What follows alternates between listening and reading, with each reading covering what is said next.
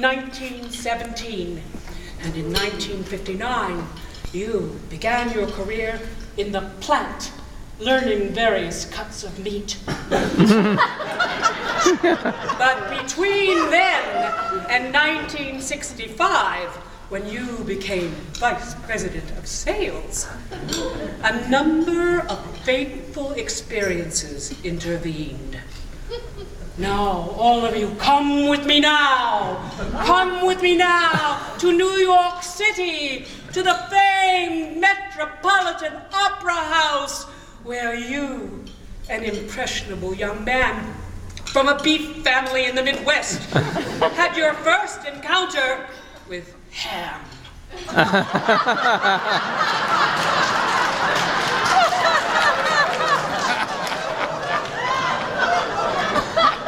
Yes, Fred donned body paint and became a super in the opera Aida.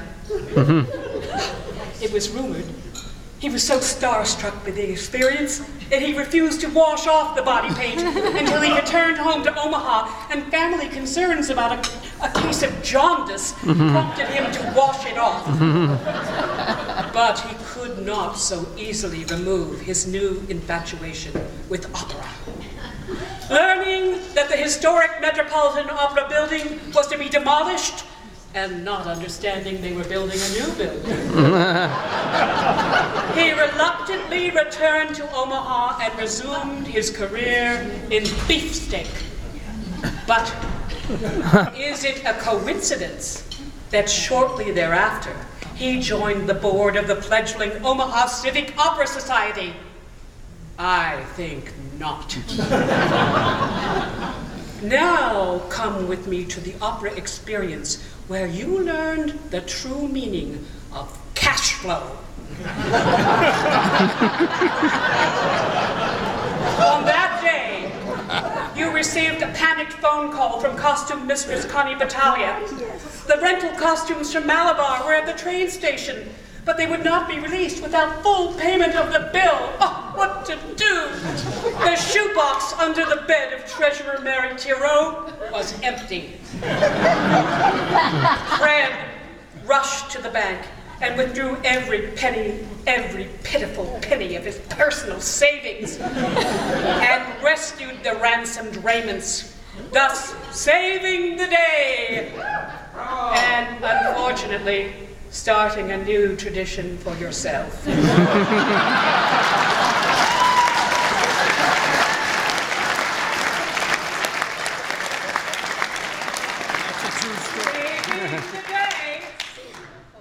Well, there was a tempting moment when an investor urged you to start a rival company to Omaha Steaks. Omaha Chickens. You thought long and hard about it, but finally concluded that the stress of a new business would not give you adequate time for your duties as a member of the board of directors, particularly for your important role as head of artistic standards and planning. You and your opera partner in crime, Dick Holland, conducted auditions, rigorously read resumes, but unfortunately had between you collectively a rather small memory. Remember when you were casting the role of Niklaus in The Tales of Hoffmann? Yes. And you had auditioned 3 sopranos from New York City who lived in 3 different buildings on 72nd Street. At the end of the casting conference, Holland proclaimed, "Fred, hire the girl in 4C."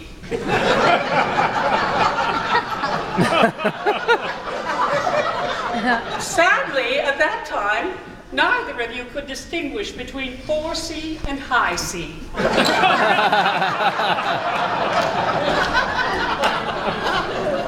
Well, that notwithstanding, you soon met your life partner, the amazing Eve, who shared your love of the arts, and who, fortunately for you, Fred, was much more cultured and erudite.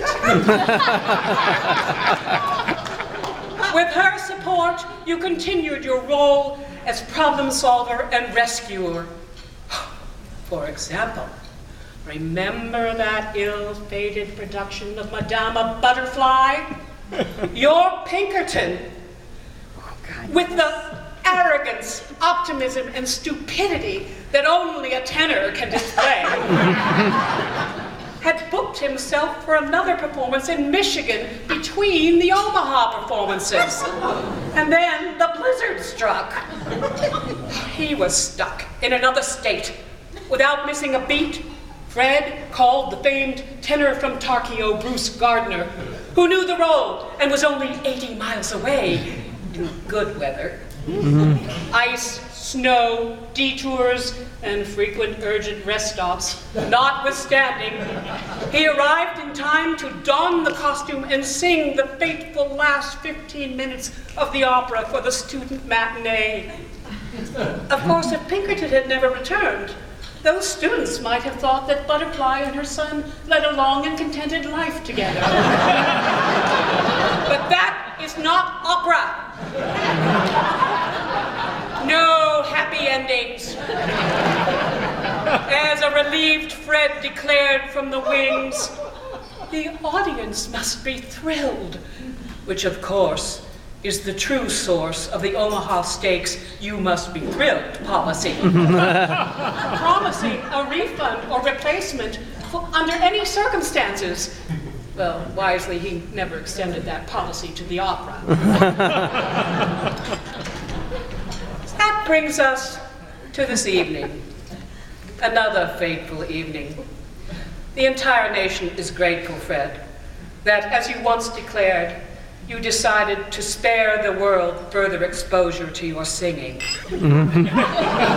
But you have continued to devote time, talent, and resources to the arts, most especially to Opera Omaha. And what is your reward for that devotion?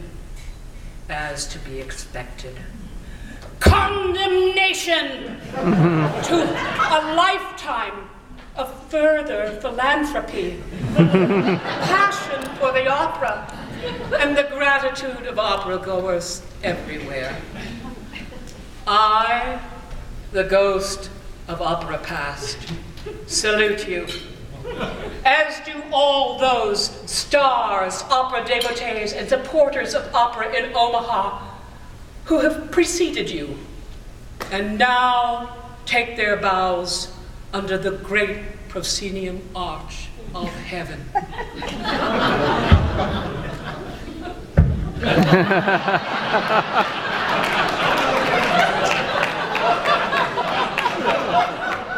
Avanti!